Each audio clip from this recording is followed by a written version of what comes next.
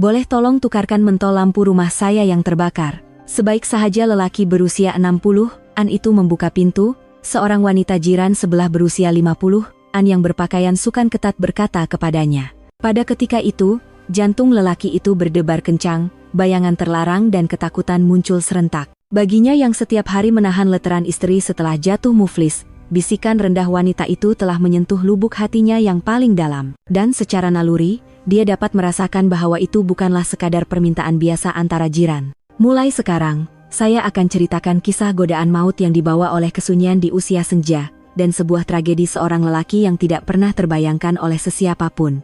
Sebelum kita mulakan, sila tekan butang langgan dan suka di bahagian bawah kanan video. Semuanya percuma. Ismail, yang berusia 60 tahun, pernah menjadi seorang usahawan pembinaan yang berjaya, tetapi kini dia terduduk lesu di sofa rumahnya setelah jatuh muflis.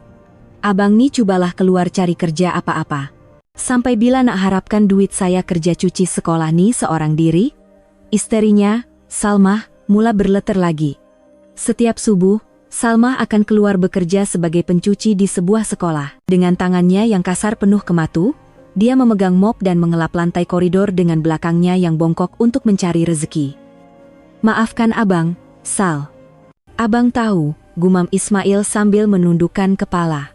Minta maaf boleh kenyang ke? Boleh dapat duit? Umur abang tuh dah berapa? Masih macam ni lagi. Bab atas katil pun sama je, tak boleh diharap. Hai, nasib badanlah. Suara Salmah semakin meninggi. Ismail tidak mampu berkata apa-apa, hanya mampu membuka bungkusan mie segera dengan perasaan tertekan. Seharian di rumah makan mie segera, termenung. Itu kenamanya hidup? Yalah, cukuplah tuh, keluh Ismail.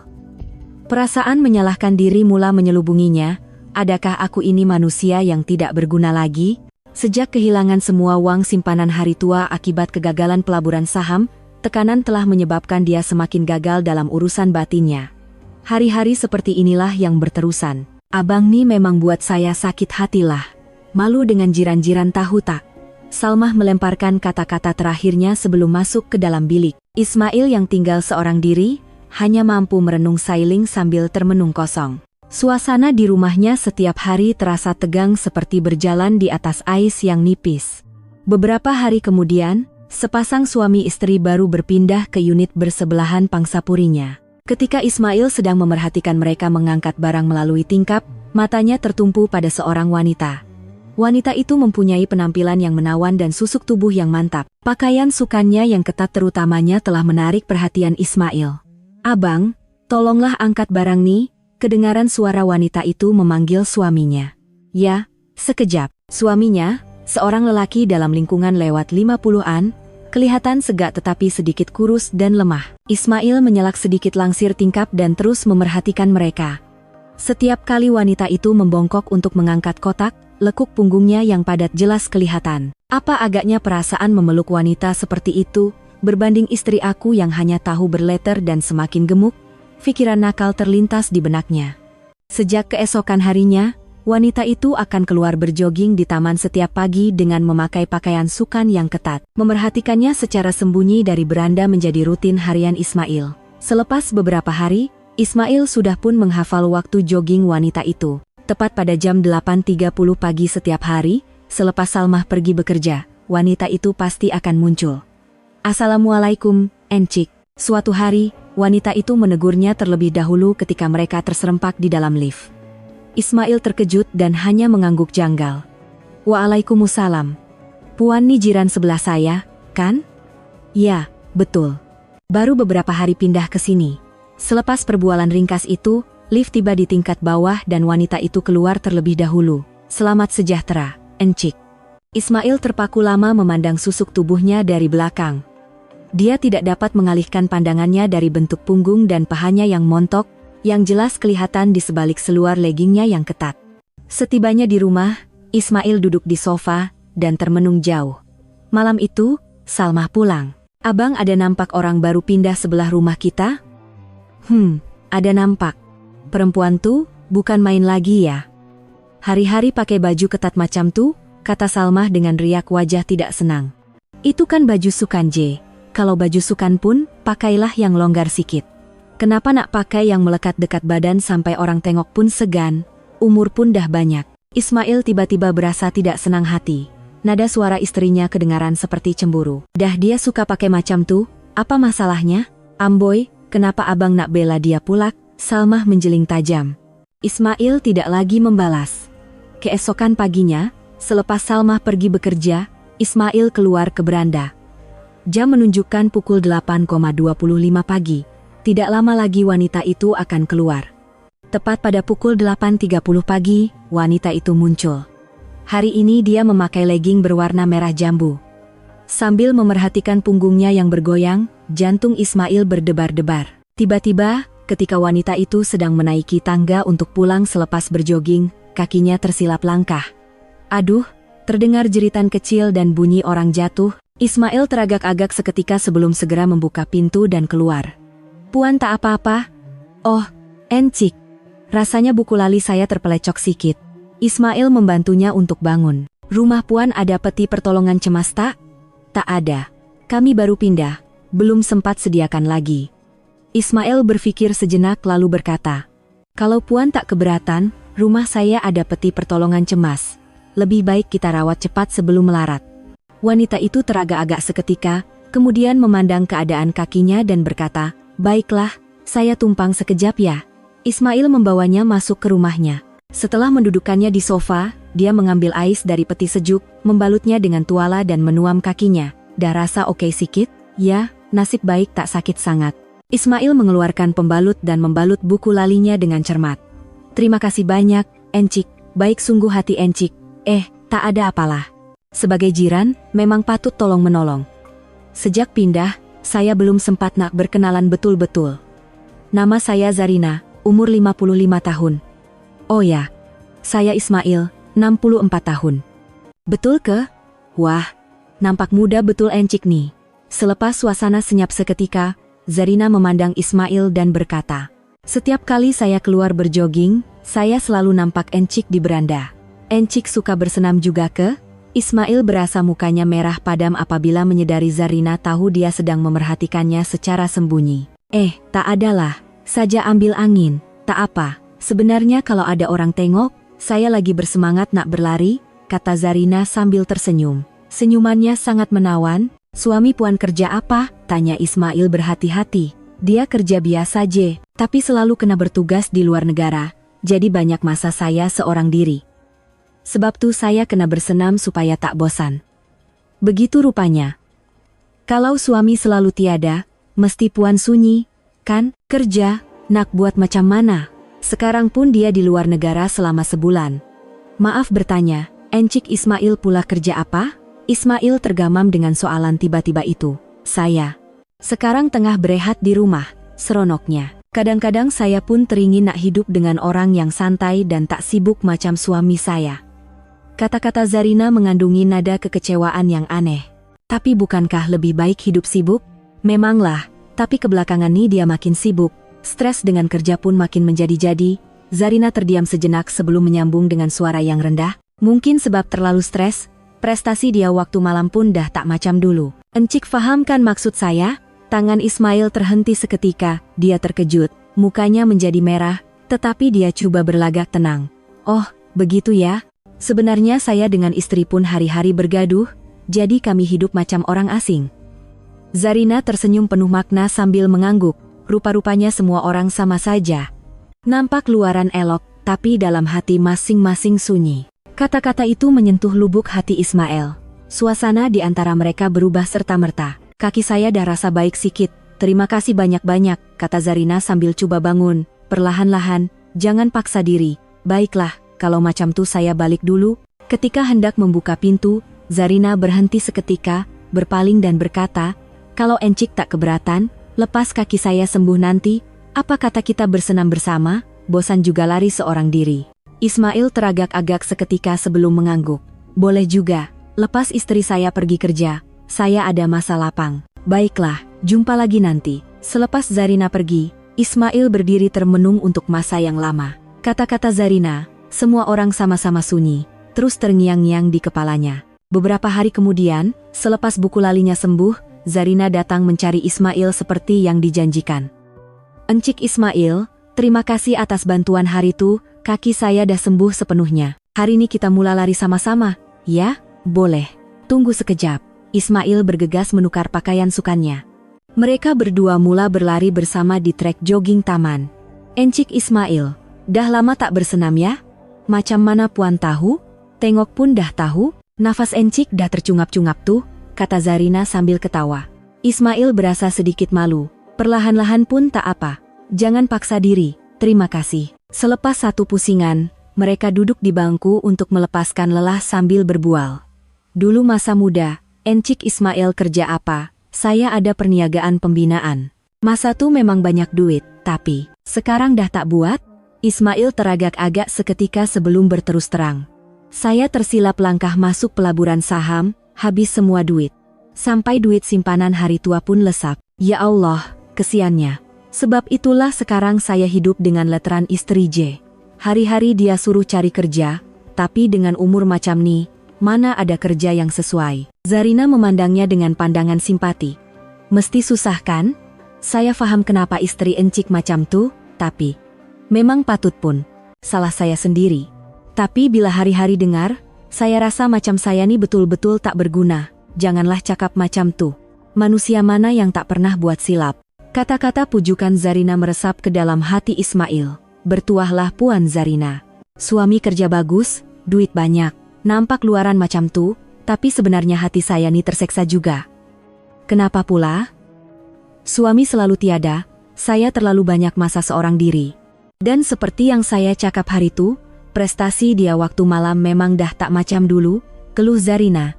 Rupa-rupanya bila dah kahwin semua jadi macam ni agaknya. Encik Ismail pun sama ke? Kami bukan setakat urusan malam, berbual pun dah tak ada.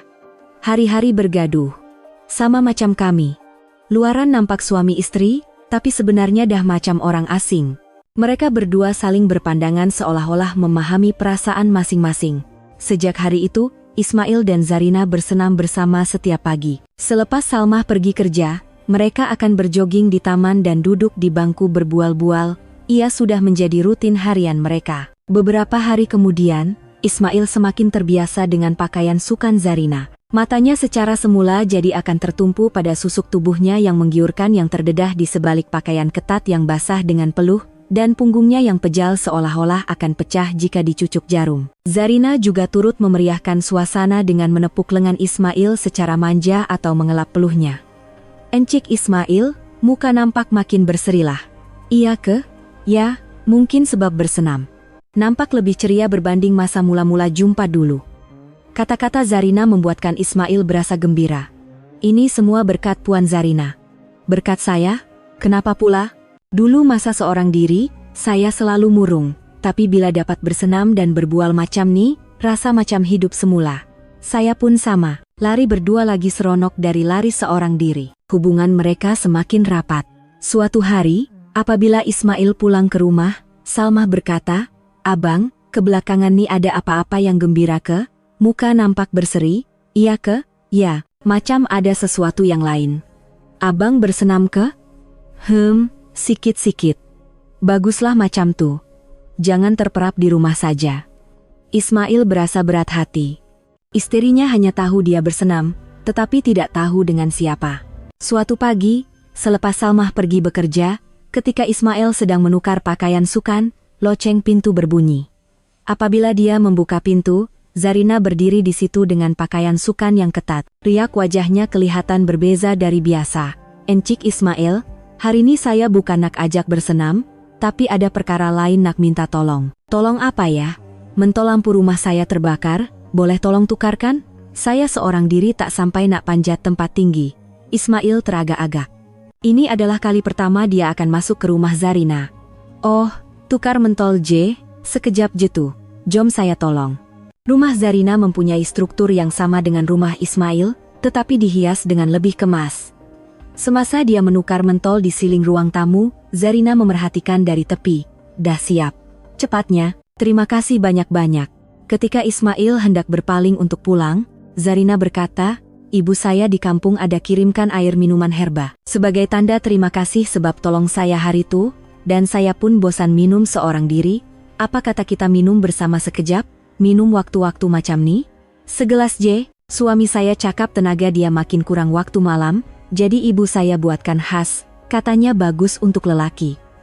Zarina membawa 2 gelas kecil dan sebotol minuman herba dari dapur. Kalau macam tuh, segelas saja ya. Ismail coba menolak, tetapi Zarina sudah pun menuang ke dalam gelas. Minuman herba itu lebih kuat daripada yang disangkanya. Segelas menjadi 2 gelas, dan 2 gelas menjadi 3 gelas. Encik Ismail nih memang orang yang baik, tiba-tiba je cakap macam tuh. Suami saya, walaupun ada di rumah, langsung tak pedulikan saya. Nak minta tolong tukar mentol pun dia kata leceh. Suara Zarina kedengaran sayu. Takkanlah macam tuh. Mungkin dia sibuk. Tak. Sejak kebelakangan nih dia memang dingin. Hidup serumah tapi macam orang asing. Kami pun sama J. Kan? Rupa-rupanya semua lebih kurang sama J. Selepas beberapa gelas lagi, suasana menjadi berbeza. Zarina merapatkan duduknya di sebelah Ismail dan meletakkan tangannya di atas lengan Ismail. Bang Mail, saya dah tak tahan lagi. Badan saya rasa panas sangat. Zarina. Tangan Zarina mula merayap perlahan-lahan di dada Ismail. Jantung Ismail berdegup kencang. Zarina, kita tak sepatutnya buat macam nih, kan? Kenapa tak boleh? Kita berdua sama-sama sunyi, kan? Zarina memeluk leher Ismail. Ismail teragak-agak seketika, tetapi akhirnya dia tidak menolak sentuhan Zarina. Ini salah. Tak apa, tiada siapa yang akan tahu.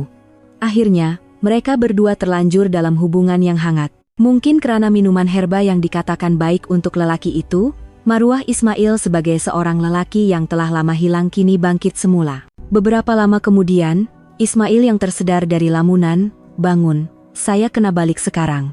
Cepatnya? Ya, istri saya dah nak balik. Baiklah, hati-hati. Ismail pulang ke rumah dengan perasaan yang bercampur baur. Dia berasa sangat asing melihat dirinya di cermin. Perasaan bersalah bercampur dengan kepuasan sebagai lelaki yang telah lama tidak dirasainya. Malam itu, apabila Salmah pulang, Ismail coba berlagak seperti biasa, tetapi hatinya tidak tenang. Apa yang aku dah buat nih? Pikiran itu terus menghantuinya. Namun, sejak hari itu, Ismail seolah-olah secara tabiat akan menuju ke rumah Zarina. Selepas Salmah pergi kerja, dia secara semula jadi akan menekan loceng pintu jiran sebelahnya. Saya dah tunggu, kata Zarina sambil membuka pintu dan tersenyum. Dia masih memakai pakaian sukan yang menampakkan lekuk punggungnya yang ketat. Semalam, terlalu tiba-tiba ke? Tak, saya pun suka sangat. Ismail berkata dengan jujur. Itu adalah kegembiraan sebagai seorang lelaki yang telah lama tidak dirasainya. Syukurlah, saya risau abang menyesal. Menyesal? Tak, mereka berdua duduk di sofa dengan selesa. Tidak ada lagi rasa janggal, Bang Mail. Dah lama saya tak rasa macam nih. Rasa dihargai sebagai seorang wanita, saya pun sama. Dekat istri, hari-hari dengar saya nih tak berguna. Suami saya pun sekarang dah tak pandang saya sebagai seorang wanita. Dia anggap saya macam teman serumah J. Zarina memegang tangan Ismail dan membawanya ke bilik tidur. Ini rahasia kita berdua saja, ya. Begitulah keadaan berterusan selama beberapa hari. Apabila Salmah pergi kerja, Ismail akan pergi ke rumah Zarina dan mereka akan meluangkan masa hangat bersama. Saat-saat manis itu membuatkan Ismail berasa hidup semula. Bang Mail, hari ini boleh tak abang balik lambat sikit? Kenapa? Saja, nak bersama abang lebih lama. Tetapi semakin masa berlalu, hati Ismail semakin berat. Terutamanya apabila dia melihat Salmah pulang ke rumah setelah penat bekerja sebagai pencuci. Suatu petang, Salmah terbaring di sofa dengan wajah yang letih. Tangan yang kasar, belakang yang bongkok, kedutan yang dalam diukir oleh masa. Semua itu adalah tanda-tanda pengorbanan istrinya untuknya. Abang dah makan malam? Dah. Makan mie segera. Mie segera lagi? Esok saya pergi pasar beli barang lauk sikit. Kesehatan abang tuh pun kena jaga, Salmah berkata dengan suara yang letih. Bukan nada berleter, tetapi nada risau. Hati Ismail terasa pedih. Dia bersusah payah macam nih, tapi apa yang aku buat? Sal. Kenapa? Terima kasih atas penat lelah Sal selama ini. Tiba-tiba Jenny kenapa? Pelik. Salmah memandang Ismail dengan riak hairan. Saja, abang rasa bersalah. Rasa bersalah boleh ubah apa-apa ke? Cepat-cepatlah cari kerja. Salmah masuk ke bilik, dan Ismail duduk seorang diri di ruang tamu, tenggelam dalam pikirannya. Saat-saat manis bersama Zarina semakin berubah menjadi rasa bersalah. Beberapa hari kemudian, Zarina sedang menunggu Ismail. Lewat sikit hari nih, Zarina, kita perlu bercakap. Melihat wajah serius Ismail, Zarina dapat merasakan ada sesuatu yang tidak kena. Cakap pasal apa? Hubungan kita. Sampai sini saja. Tiba-tiba kenapa? Ada apa-apa jadi ke? Bila saya tengok istri saya rasa apa yang saya buat nih salah sangat. Wajah Zarina berubah menjadi tegang. Sebab saya ke? Bukan. Ini masalah saya. Saya rasa, saya tak mampu nak tanggung semua nih lagi, Bang Mel. Maafkan saya sangat-sangat. Zarina terdiam seketika. Kemudian, dia mengukir senyuman pahit. Baiklah. Lagipun, hubungan nih memang akan berakhir satu hari nanti. Zarina, saya pun tahu hubungan macam nih takkan kekal lama. Mereka berdua saling berpandangan, menelan rasa kecewa. Selepas itu, Ismail mula mengelak daripada Zarina. Dia jarang keluar ke beranda, dan jika terserempak di lift, dia hanya akan memberi salam janggal dan berlalu pergi. Zarina juga begitu, dia masih keluar berjoging dengan pakaian sukan ketatnya seperti biasa, tetapi tidak lagi bertentang mata dengan Ismail. Abang nih kenapa? Hari-hari terperap dalam rumah, tanya Salmah dengan hairan. Tak bersenam ke? Tak. Tengah berehat. Kenapa? Tak sihat ke? Tak adalah. Saja. Ismail memberi alasan acuh tak acuh. Dia tidak tahu bagaimana hendak menjelaskan hubungannya dengan Zarina, dan pada masa yang sama tidak mahu terus berbohong. Beberapa hari kemudian, di dalam lift, dia terserempak dengan seorang lelaki yang tidak dikenali. Seorang lelaki segak dalam lingkungan lewat 50-an. Assalamualaikum, Encik. Lelaki itu menegur dahulu. Waalaikumsalam, saya baru pindah ke unit Milan 402. Nama saya Asman. Maaf baru sekarang dapat berkenalan, saya lama bertugas di luar negara. Suami Zarina rupanya. Ismail terkejut. Oh, begitu ya. Selamat berkenalan, saya dah banyak dengar cerita. Istri saya kata jiran di unit 1403 baik hati. Asman tersenyum mesra. Ismail mengelak pandangannya dan menjawab dengan janggal. Ya. Lepas nih kita akan kerap berjumpa, harap kita boleh jadi jiran yang baik. Ya, saya juga. Lift tiba di tingkat 14 dan Asman keluar dahulu. Ismail berdiri kaku di situ untuk masa yang lama. Beban di hatinya terasa semakin berat. Dia langsung tak tahu apa-apa. Malam itu, Ismail tidak dapat tidur. Senyuman mesra Asman terus terbayang di pikirannya. Dia baru pulang dari kerja dan memberi salam dengan ramah, sedangkan di belakangnya, apa yang telah dia lakukan. Beberapa hari kemudian, Ismail mula memberi lebih perhatian kepada istrinya yang telah hidup bersamanya sekian lama. Apabila Salma hendak keluar bekerja pada waktu subuh, dia akan menyediakan segelas air. Dan apabila Salma pulang pada waktu petang, dia akan menyediakan sebesen air untuknya merendam kaki. Abang nih kenapa? Tiba-tiba saja, tengok Sal penat, abang rasa bersalah. Peliklah abang nih, ke abang ada sakit kat mana-mana. Walaupun Salmah memandangnya dengan curiga, layanan baik Ismail berterusan. Suatu hari, dia terserempak dengan Zarina di koridor. Kedua-duanya berdiri janggal seketika sebelum Zarina memulakan perbualan. Encik Ismail, apa kabar? Baik, Puan Zarina. Suami saya dah balik dari luar negara, hubungan kami dah semakin baik. Syukurlah. Encik Ismail pun, jagalah istri baik-baik. Orang yang dah hidup bersama seumur hidup itulah yang paling berharga. Ismail mengangguk mendengar kata-kata Zarina. Ya, saya akan. Kalau macam tuh, saya pergi dulu. Zarina berpaling dahulu. Ismail memandang susuk tubuhnya dari belakang sambil berazam di dalam hati. Semua dah berakhir. Orang yang setia di sisi aku seumur hidup hanyalah istri aku. Malam itu, Ismail berbaring di sebelah Salmah dan memandang wajah istrinya yang sedang tidur untuk masa yang lama. Wajah yang penuh dengan kesan penuaan, tetapi di dalamnya dia masih dapat melihat bayangan wajah istrinya semasa muda. Mulai sekarang, aku kenal layan dia dengan lebih baik. Keesokan paginya, Ismail bangun awal dan menyediakan sarapan yang istimewa untuk istrinya. Hanya telur dadar, sambal tumis dan nasi panas. Abang yang masak semua nih? Salmah terkejut melihat ke dapur. Saldah penat kerja, takkanlah abang tak boleh buat macam nih? Kenapa abang tiba-tiba berubah nih? Ada buat salah apa-apa kah? Walaupun Salmah memandangnya dengan curiga, Ismail hanya tersenyum. Salah apa pula? saja rasa bersalah. Kalau rasa bersalah, carilah kerja. Itu lebih baik dari masak. Walaupun Salmah berleter, riak wajahnya kelihatan lebih lembut dari biasa.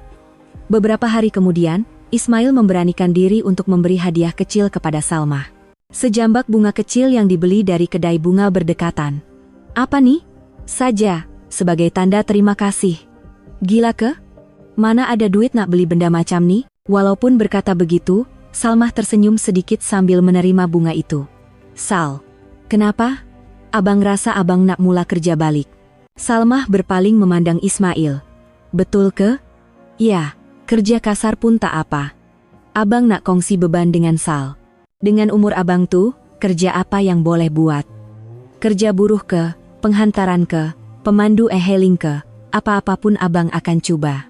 Melihat wajah serius Ismail, Salmah pada mulanya memandang dengan tidak percaya, tetapi kemudian senyuman lembut terukir di wajahnya yang letih. Betul ke nih? Ya, walaupun dah lambat, abang nak coba jadi suami yang baik. Baguslah macam tuh. Selama nih, penat saya tanggung seorang diri. Suara Salmah dipenuhi dengan rasa lega. Betapa beratnya beban yang ditanggungnya selama ini, pikir Ismail, membuatkan dia berasa lebih bersalah. Sal, selama nih abang minta maaf sangat-sangat. Dah tahu minta maaf, lepas nih buat elok-elok sudahlah. Malam itu, mereka berdua duduk berhadapan dan minum secawan kopi bersama buat kali pertama selepas sekian lama. Esok abang nak mula cari kerja. Nanti banyak tempat tak nak terima sebab umur. Abang tak apa ke? Tak apa, semua nih salah abang, jadi abang kena tanggung. Salmah memandang Ismail dan berkata, tapi jangan paksa diri sangat. Umur macam kita nih, kesehatan yang utama. Terima kasih apa pula? Dah memang sepatutnya.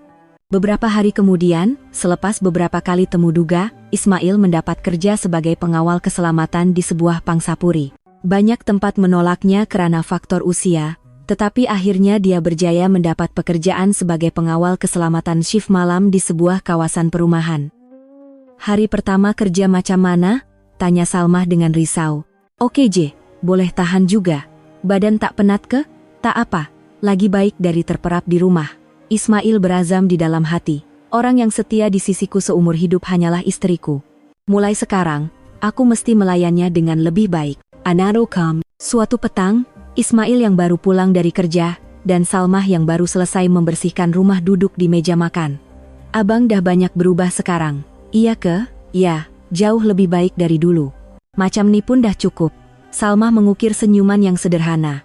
Itu adalah senyuman sebenar yang telah lama tidak dilihatnya. Abang pun rasa macam baru sedar dari mimpi. Ya, walaupun dah lambat, tapi syukurlah. Mereka berdua saling berbalas senyuman penuh kasih sayang sambil menghabiskan makanan. Kehidupan mereka masih tidak mewah, tetapi ada kebahagiaan sederhana dalam hidup saling bergantung antara satu sama lain. Di sebalik tingkap, kelihatan Zarina dan suaminya sedang berjalan-jalan pada waktu petang.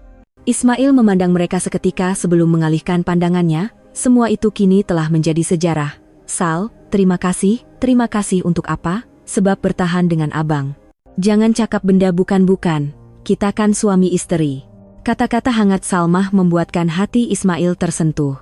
Kini barulah dia sadar betapa berharganya pasangan hidup yang telah bersusah payah bersamanya seumur hidup berbanding godaan manis yang hanya sekejap. Keterujaan yang datang pada usia senja mungkin manis, tetapi ia tidak akan membawa kebahagiaan yang sejati.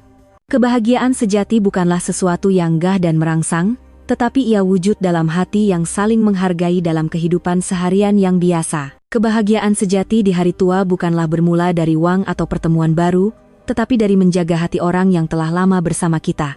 Melihat kisah Ismail dan Salmah, membuatkan kita terfikir, mungkin orang biasa yang berada di sisi kita sebenarnya adalah insan yang paling istimewa. Seperti kata pepatah, lebih baik lambat daripada tidak sama sekali.